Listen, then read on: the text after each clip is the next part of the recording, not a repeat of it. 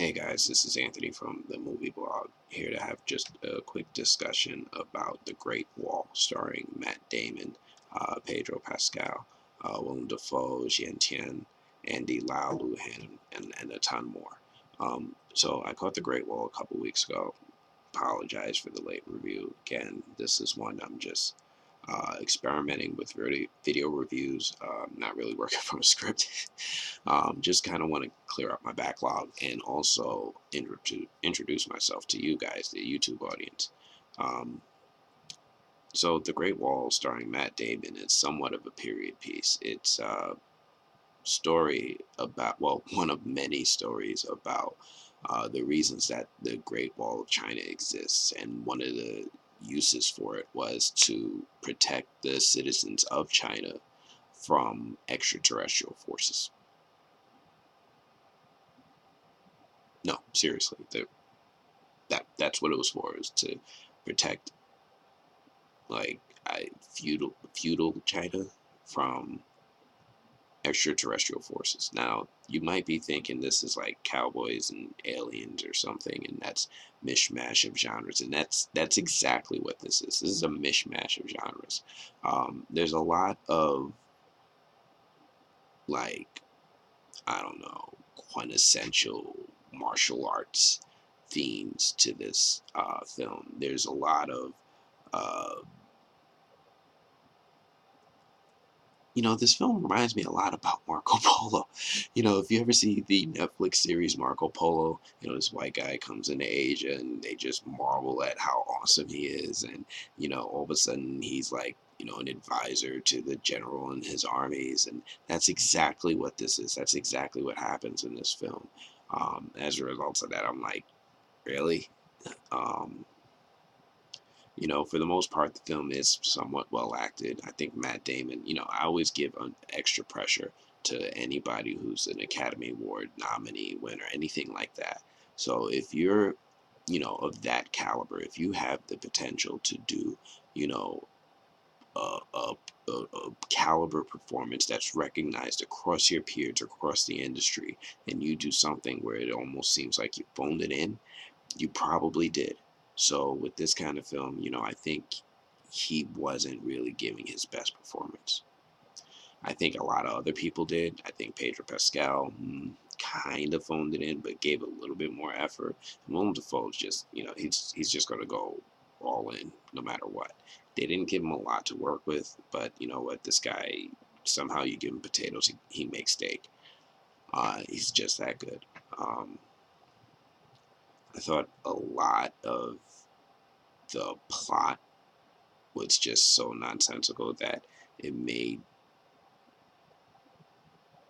it was just a silly film. Not even like silly in a good way. It was because this film was really trying to take itself seriously.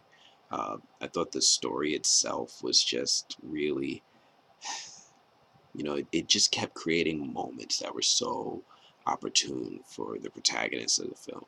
You know, I, I hate to give like anything that's spoilerish, but there's this one thing where this guy has had this problem for years, years. I mean, like for years, and then all of a sudden Matt Damon walks in, and now that problem that's been hounding him for years went away.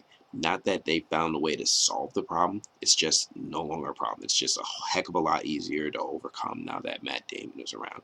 And that kind of storytelling is like,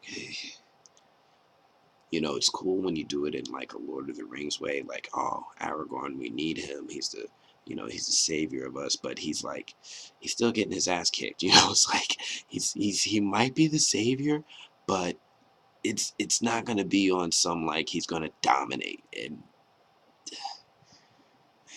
all right, I'm rambling, but my point being is that's the kind of storytelling they have here. It goes on. I don't like it. Um, I did think that a lot of the special effects were cool. I did think a lot of the wardrobe were cool. I did think a lot of the aesthetics were cool. There are a lot of great things visually about this film. Not Matt Damon's extensions; those weren't looking good visually, but a lot of other things look great. Um, the movie was a little on the long side. It kind of stretched out longer than it needed to. it just it's just like a lot of those moments where it's just like, man, that you didn't need to do that, or it didn't need, it was just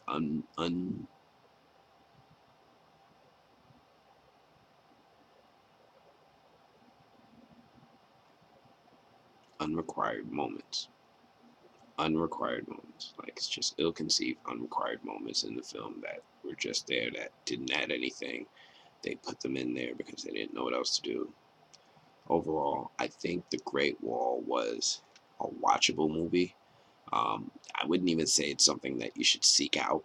You know, it's like one of those movies that you see like big stars do, that's sci-fi fantasy, and you, it looks like it probably should have went straight to DVD, and this is that kind of movie. I hate to say it, but The Great Wall, I don't expect to see sequels. But that's it for, oh, a score. If I was to give The Great Wall a score, it would definitely be like a, no, I'm going to give it a score, 5.5 out of 10. Um, that's it, guys. Thanks for listening and joining and watching us. If you like this video, please make sure that you hit a like in the corner. And if you're new to the movie blog, please make sure that you subscribe. And yeah, thanks, guys, for watching this. I'll check you guys next time.